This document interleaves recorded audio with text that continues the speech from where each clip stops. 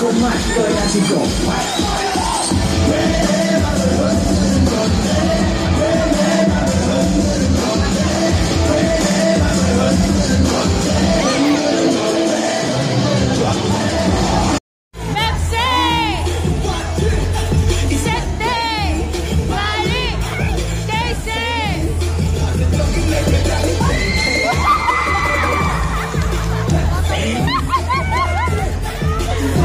Yung Filipino niya is conversational, kung paano tayo nag-uusap sa araw-araw, no?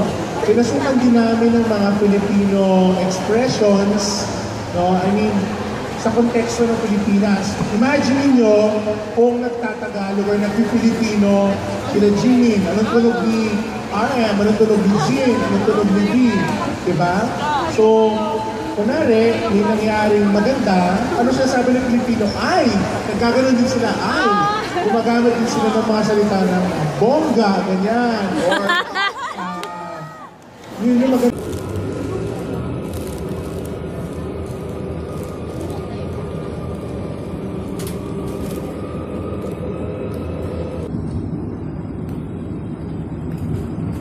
Approaching the Avenue Station by Avenue West.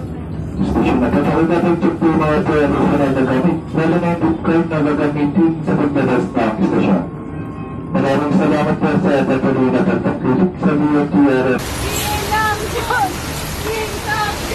Go! Go!